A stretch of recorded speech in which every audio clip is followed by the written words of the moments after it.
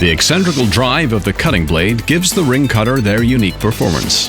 However, the ring cutter's maintenance needs are somewhat different compared to a traditional power cutter. In this film, we'll show you how to carry out this service that the user would normally do himself.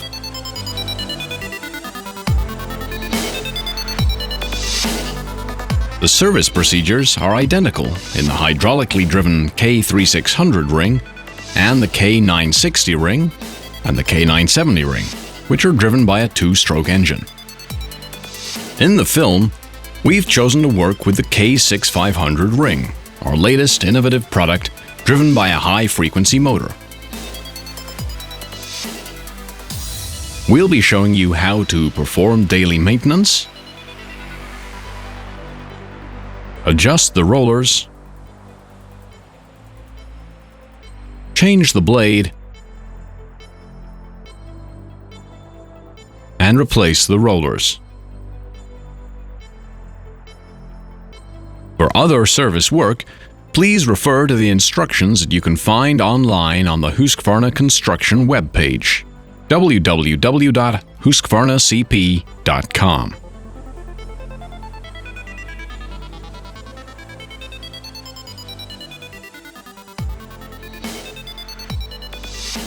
When you've finished working with it, unplug the machine and make sure that the covers are mounted correctly to protect the power outlets from water and dirt.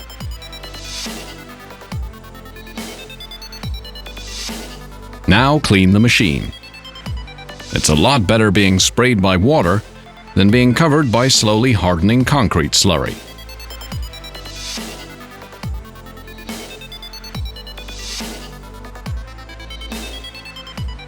We also recommend that you oil the blade and the rollers to prevent corrosion.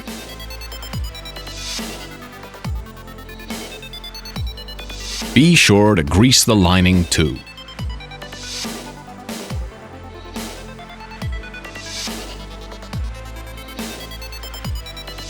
The ring cutter has two knobs, set to either the operate position or the service position. In the operating position, the knob is fully screwed down and is always used when the machine's in use. The blade then has the correct pressure against the drive wheel.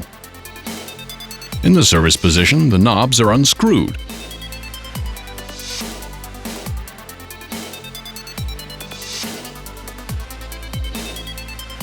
And the blade runs freely from the drive wheel.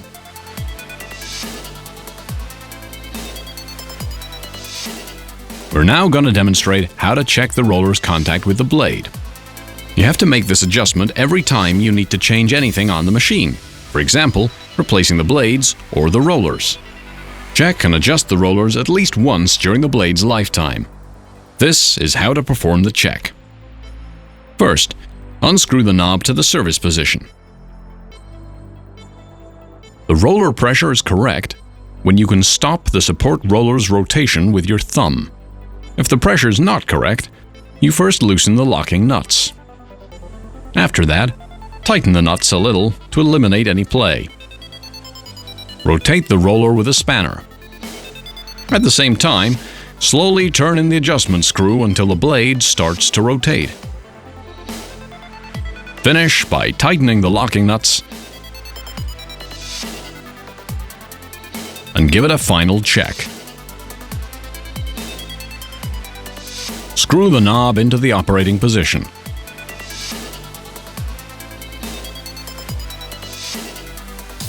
We're now going to demonstrate how to replace the blade. Turn the knob to the service position and remove the support roller cover.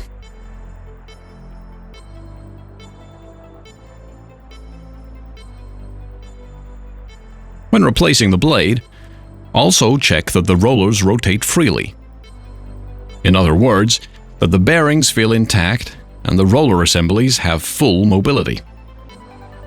Push in the rotation lock on the opposite side. Release the center screw and remove the drive wheel. Drive wheel must always be changed when replacing the blade. When cutting in very abrasive material, It might be necessary to change the drive wheel an extra time during the lifetime of the blade. Every new blade is supplied with a new drive wheel, as both components usually have the same service life. Always use genuine Husqvarna parts. Grease up the drive disc's center hole before assembly.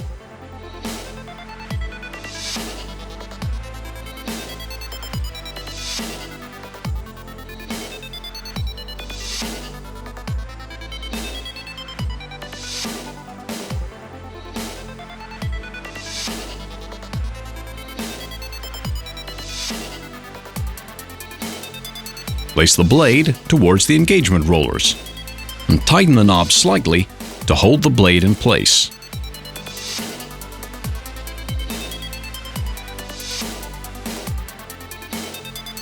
Loosen the locking nuts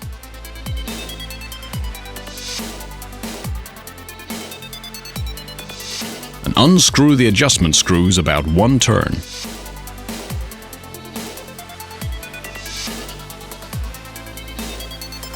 Make sure that the arms for the support rollers can move freely. Press back the roller and tighten the locking nut lightly. Fit the cover and tighten the screws firmly.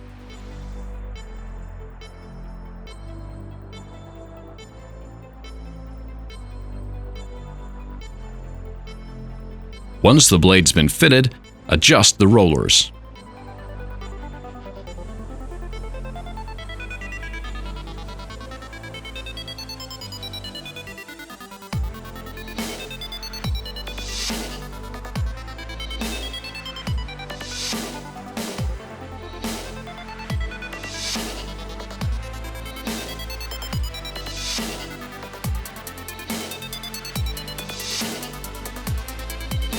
We are now going to demonstrate how to replace the rollers.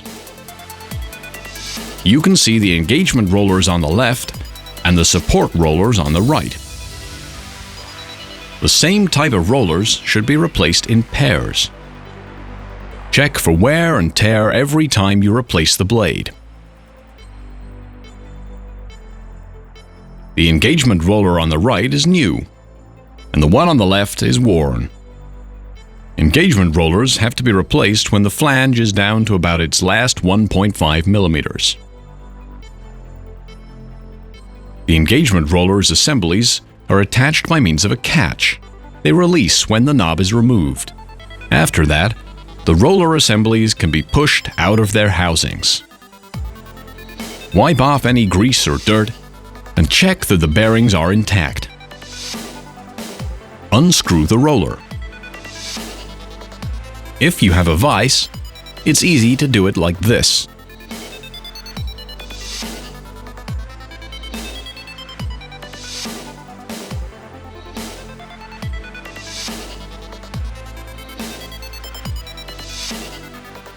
Remove the washer from underneath the roller and clean it. Grease underneath the washer prevents water and dirt from getting in.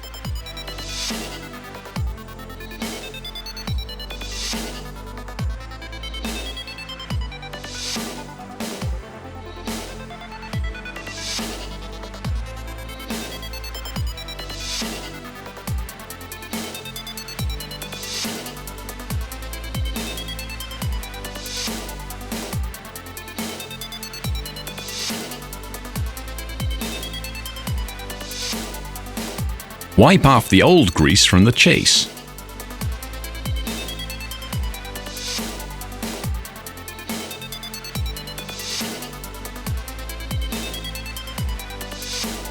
Push the roller assembly into position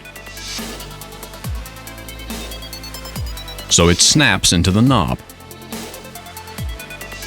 The upper engagement roller is worn down more than the lower one due to the feed pressure.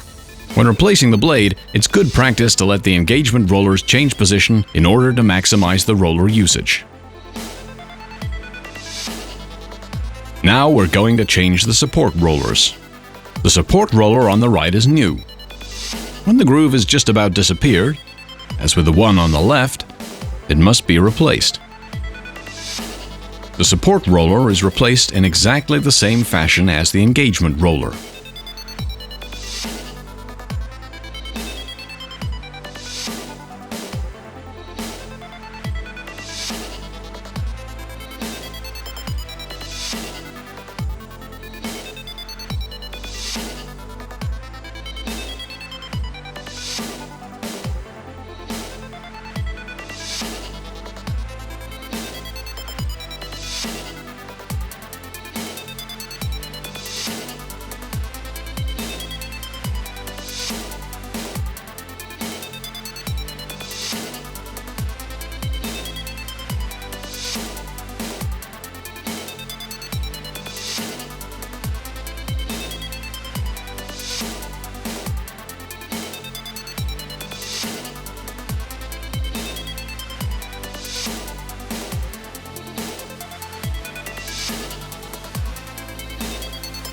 The new engagement and support rollers' diameters are greater than those being replaced, so you'll have to loosen the adjustment screw by about 4 turns before fitting the cover, if both the engagement and support rollers are being replaced at the same time.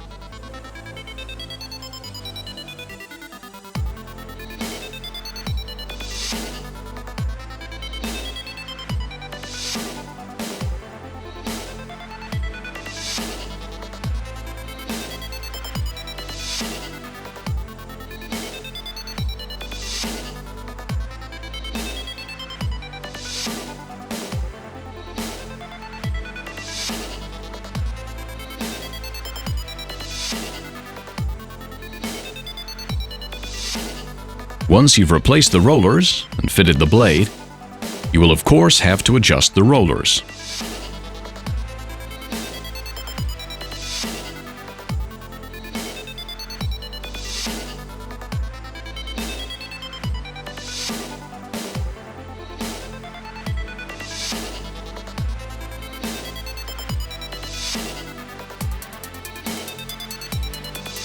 Finish by greasing the engagement roller assemblies. Note that the knob must be in the operating position. Squeeze in some grease until it comes out through the lubrication channel outlet.